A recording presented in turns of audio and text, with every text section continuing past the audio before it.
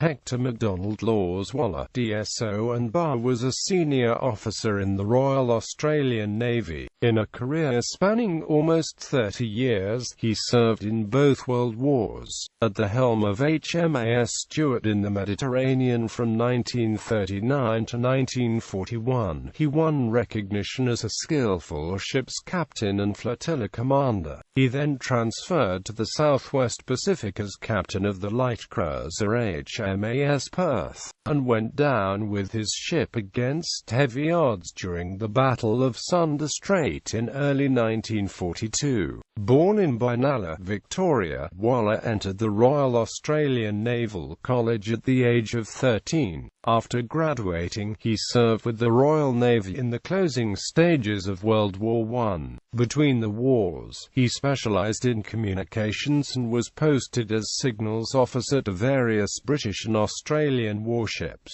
He gained his first seagoing command in 1937 as captain of HMS Brazen. In September 1939, he took charge of HMAS Stuart and 4 other obsolete destroyers that together became known as the Scrap Iron Flotilla. In 1940, these were augmented by other ships to form the 10th Destroyer Flotilla, supporting Allied troops in North Africa. Waller was awarded the Distinguished Service Order and Bar, and twice mentioned in dispatches, for his achievements in the Mediterranean. He assumed command of HMAS Perth in October 1941, taking part in the Battle of the Java Sea shortly before his final action in Sunda Strait. He received a 3rd mention in dispatches posthumously, and in 2011 came under formal consideration for the award of the Victoria Cross for his performance as Perth's captain. The submarine HMAS Waller is named in his honour. Early life and World War I. Born on the 4th of April 1900 in Benalla, Victoria, Hector Macdonald Laws Waller was the son of William Frederick Waller, a grocer, and his wife Helen Waller. HEC Waller was named in honour of General Hector Macdonald, hero of the Boer War, and a forebear called Laws, who was an admiral and a contemporary of Nelson. The youngest of 10 children, of whom 8 survived infancy, he attended Benalla Higher Elementary School. Waller entered the Royal Australian Naval College as a cadet midshipman on the 31st of December 1913. Aged 13, he gained recognition as a rugby player and became cadet captain. In 1917, his final year at the college, he was raised to chief cadet captain and won the King's Medal, awarded for gentlemanly bearing, character, good influence among his fellows and officer-like qualities. Promoted to midshipman on the 1st of January 1918, he was posted to Britain where, in April, he was appointed to serve in the Royal Navy's Grand Fleet with the dreadnought HMS Agincourt. The ship did not see combat while he was on board. Between the wars, in February 1919, Waller was assigned to the light cruiser HMAS Melbourne, and 2 months later returned to Australia. He transferred to the light cruiser HMAS Sydney as an acting sub-lieutenant in September. His rank was made substantive the following month. In April 1920 he was again posted aboard Melbourne. Promoted to lieutenant in March 1921, he went through further training in Britain before returning to join the staff of the RANC. Waller married Nancy Bowes, a minister's daughter, on the 7th of April 1923 in the Sydney suburb of Lewisham. The couple had 2 sons, Michael and John. In April 1924, he was posted to the light cruiser HMAS Adelaide. Later that year, he began training as a signals officer in England. His classmates included Lord Louis Mountbatten. Waller finished at the top of the advanced course and, in May 1926, took charge of the Signals and Wireless Telegraphy School at Flinders Naval Depot in Western Port, Victoria. From 1928 to 1930, he served with the RN as a signals officer aboard the destroyer HMS Broke. He was promoted to lieutenant commander in March 1929. By this stage of his career, Waller had acquired a strong reputation for his communications work. In July 1930, he was posted aboard the Royal Australian Navy's flagship, the heavy cruiser HMAS Australia, as Squadron Signals Officer. He continued to perform this role upon transferring to Australia's sister ship HMAS Canberra in May 1931. In early 1932, he was assigned to the Navy office in Melbourne, returning to Canberra as Squadron Signals Officer in August 1933. He was promoted to Commander in June 1934 and the following month became Executive Officer of the RANC. Departing the college in July 1936, he returned to England and spent 6 months working in the British Naval Intelligence Division. A stint as Executive Officer of the repair ship HMS Resource followed. In November 1937, Waller was given his first command at sea, the RN destroyer HMS Brazen. His ship handling was criticized early on, but was soon reported by his superiors as having improved greatly. Stationed in the Mediterranean, Brazen monitored progress of the Spanish Civil War, a duty that included protecting British merchant vessels and rescuing the crews of sinking ships. By June 1939, Waller had returned to Australia to become Director of Signals and Communications at the Navy Office.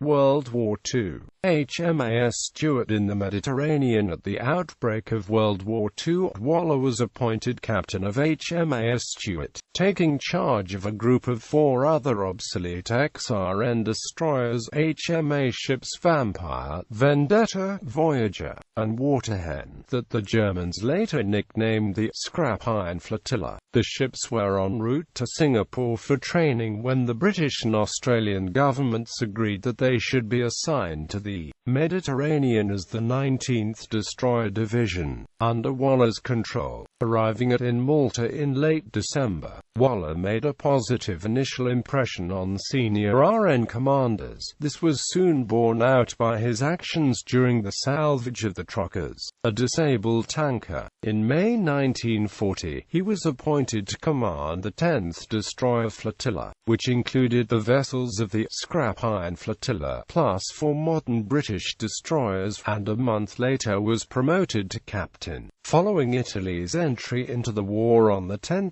June 1940, Waller was involved in the search for minefields off the North African coast. A keen shooter, he personally blew up floating mines using a rifle and armor-piercing bullets. On 21 June, Stuart shelled the Italian-held town of Bardia.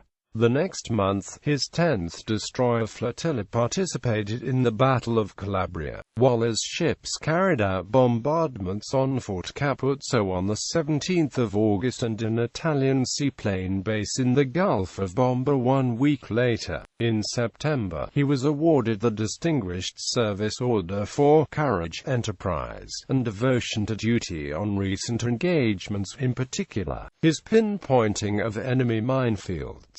The same month, he transferred to HMAS Vampire while Stuart went in for refit. As the Allied armies began to counterattack Italian forces in December 1940, the Commander-in-Chief of the Mediterranean Fleet, Admiral Sir Andrew Cunningham, gave Waller command of the newly formed inshore squadron, comprising destroyers, minesweepers, and auxiliaries. In his role as Cunningham's senior officer afloat, Waller took charge of naval support for the attack on Bardia, which fell to the Allies on 5 January 1941. Shortly afterwards, he handed over command of the inshore squadron and transferred back aboard Stuart. Stuart and other ships of Waller's 10th Destroyer Flotilla supported the assaults on Tobruk in January 1941 and Benghazi the following month. In March, Stuart escorted Allied troop transports to Greece as part of Operation Luster, narrowly avoiding falling victim to Axis dive bomber attacks.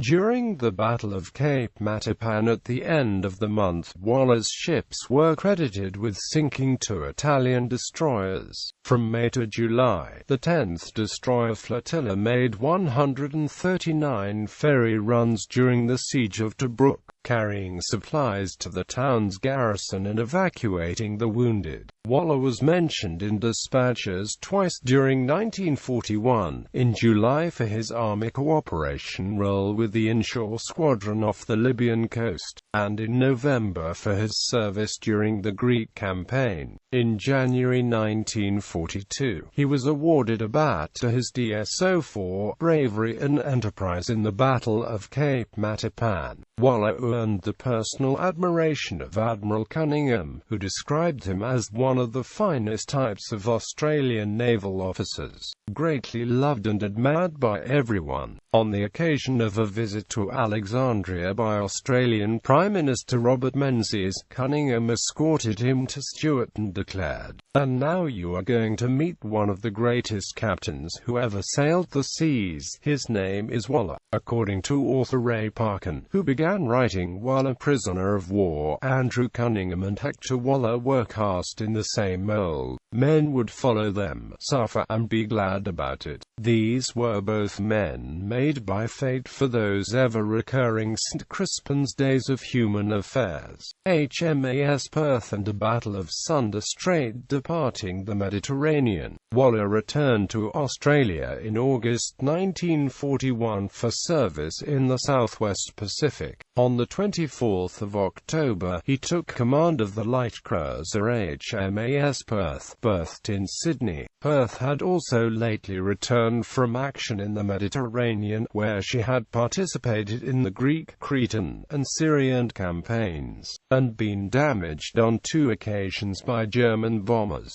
Waller was reportedly tired, and quite a sick man at this time, but nonetheless prepared Perth for action quickly. In January 1942, the ship was assigned to American, British, Dutch, Australian command to help defend the Dutch East Indies. She set sail for the ABDA area on the 15th of February, the day that Singapore surrendered. The ABDA striking force that Perth had joined was crushed by an overwhelming Japanese force at the Battle of the Java Sea on the 27th of February. Low on ammunition, Waller made the decision to withdraw, accompanied by the cruiser US Houston under the command of Captain Albert H. Rooks. Waller's action contravened the orders of his Dutch superior Admiral Conrad Helfrich to continue action whatever the cost, until the bitter end, but the Australian was convinced that further engagement would mean pointless sacrifice.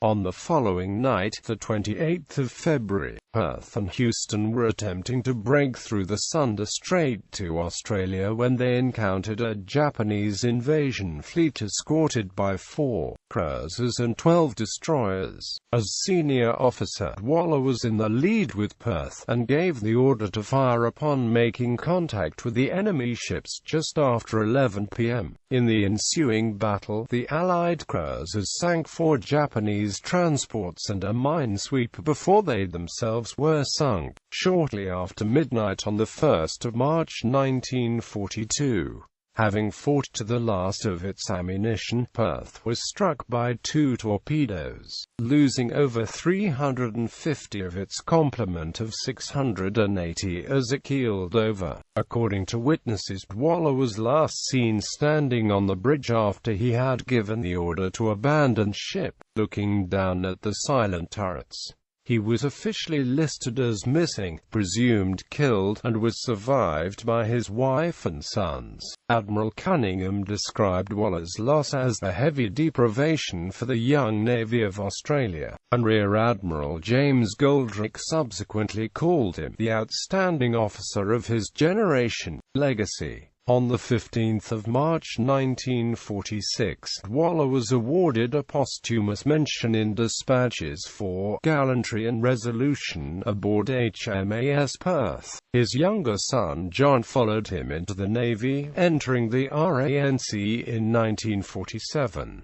Graduating as Chief Cadet Captain, John Waller became a weapons electrical engineer and attained the rank of commander in 1967, before transferring to the Emergency Reserve as a senior Navy research scientist. HEC Waller's name appears on the Roll of Honour located at Panel 6 in the commemorative area at the Australian War Memorial, Canberra, and on the Plymouth Naval Memorial in Devon, England. He is also commemorated by Waller Crescent and Waller Place in the Canberra suburb of Campbell. The Benalla Costume and Pioneer Museum holds his medals and dress uniform. The Waller Division of the RAN Recruit School at HMAS Stuart, Victoria, was named in his honour until his name transferred to a division at RAN College in 2013. HMAS Waller, the third of the RAN's Collins-class submarines to enter service, was commissioned on 10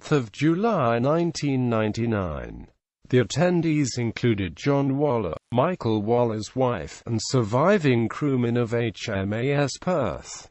On 13 March 2010, a memorial to Waller was unveiled in his hometown of Benalla. In April 2011, he was one of 13 servicemen, 11 sailors and 2 soldiers, including Teddy Sheehan, Robert Rankin, and John Simpson Kirkpatrick, named by the Australian government for consideration as possible recipients of the Victoria Cross for extreme valour in combat. Under review by the Defence Honours and Awards Appeals Tribunal, no RAN member had ever been awarded the decoration. Concluding its investigations in February 2013, the tribunal recommended that no further award be made to any of the 13 servicemen, but that the name Waller should continue to be used for RAN ships after the current bearer was decommissioned.